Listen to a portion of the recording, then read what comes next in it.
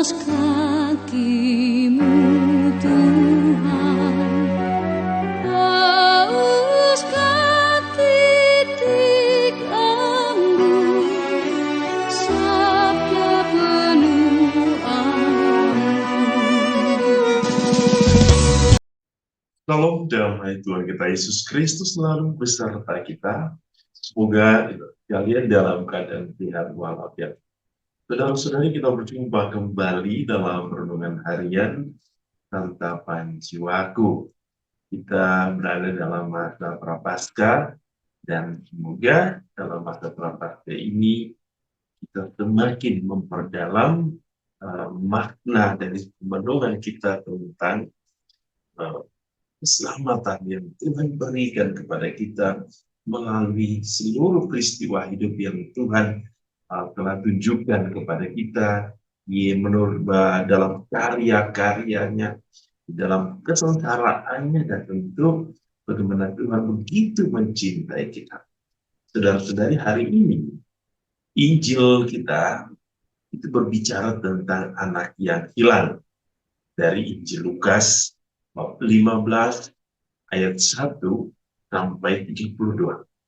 Namun hari ini saya tidak akan membacakan bacaan Injil hari ini, yang kita tahu bahwa bacaan Injil tentang perumpamaan anak yang hilang memang panjang, dan kita sudah tahu cerita bagaimana perumpamaan anak yang hilang, ya, bahwa dia meninggalkan, dia meminta orang tuanya, ayahnya supaya membagi warisannya, lalu ayahnya memberi, lalu ia pergi, ia berfoya-foya, lalu pada satu saat uangnya habis, ya, uangnya habis, dan negeri itu menjadi mengalami krisis. Ia kelaparan, lalu ia mengemis pada seorang tuan, lalu tuan itu menyuruh dia bekerja di kandang hewan. Lalu apa yang terjadi? Dia makan makanan ternak, dan pada saat itu dia merasa sedih. Lalu ia bertanya pada dirinya sendiri tentang kehidupannya, dan ia membandingkan kehidupannya dulu, kehidupan ayahnya. Lalu ia mulai menyesal dan kembali kepada bapaknya, dan kita tahu bapaknya menerima dengan sukacita dan mengadakan suatu perjamuan. Saudara-saudari, peristiwa anak yang hilang itu adalah peristiwa hidup manusia, adalah peristiwa kita. Mengapa saya katakan? Karena dalam hidup kita kehilangan makna dari semua kisah cinta dengan Allah. Oleh karena apa? Oleh mungkin karena kesombongan kita, keegoan kita, dan begitu banyak hal yang terjadi, yang akhirnya perpisahan itu bisa dalam satu wujud oleh karena dosa. Dosa itu memisahkan. Oleh karena itu, apa yang kita bisa petik dari peristiwa dalam perumpamaan anak yang hilang hari ini dalam bacaan pertama, dari Mika itu mengatakan, siapakah Allah itu? Dia bertanya, siapakah Allah itu? Allah adalah Bapa yang mengampuni dosa manusia. Ia memaafkan pelanggaran manusia.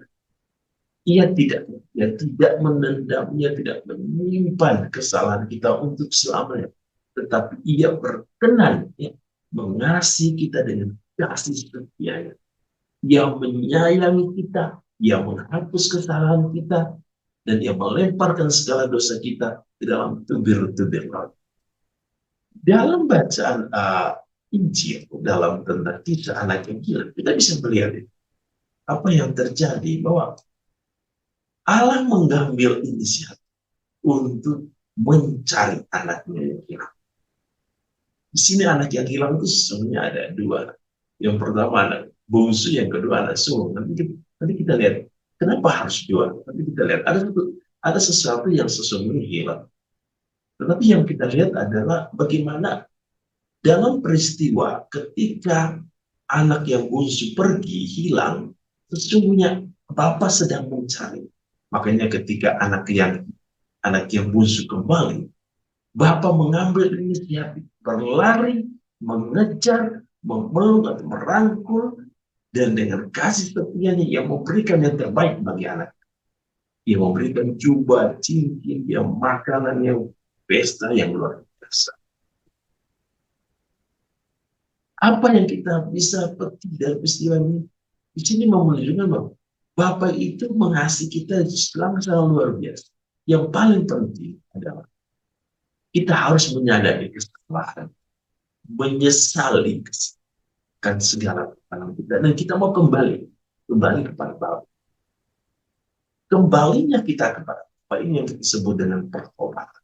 Dan itulah yang dilakukan oleh anak bungsu.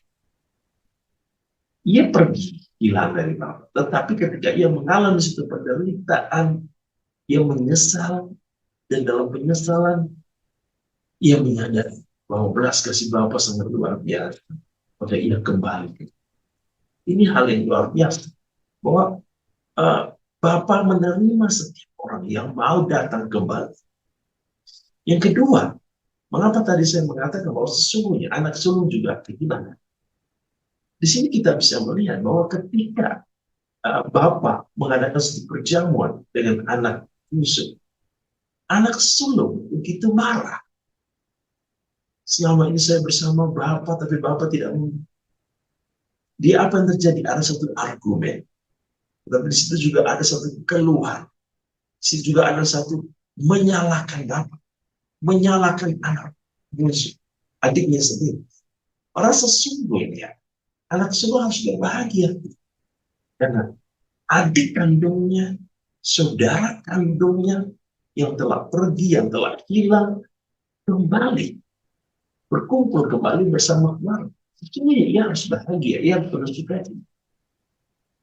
Mengapa anak sulung juga kehilangan simpati, kehilangan empati, kehilangan kepedulian, kehilangan cinta kepada orang yang berdosa, kepada saudara sendiri. Ini satu sikap yang mungkin juga kadang muncul dalam diri kita. Kadang-kadang ada dendam, ada cemburu, ada iri hati.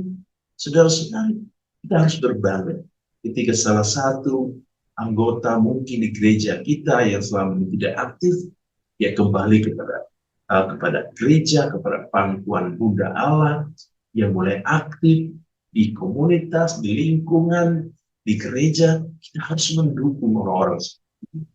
Jangan lagi kita harus ngomong atau gosipin orang-orang seperti ini.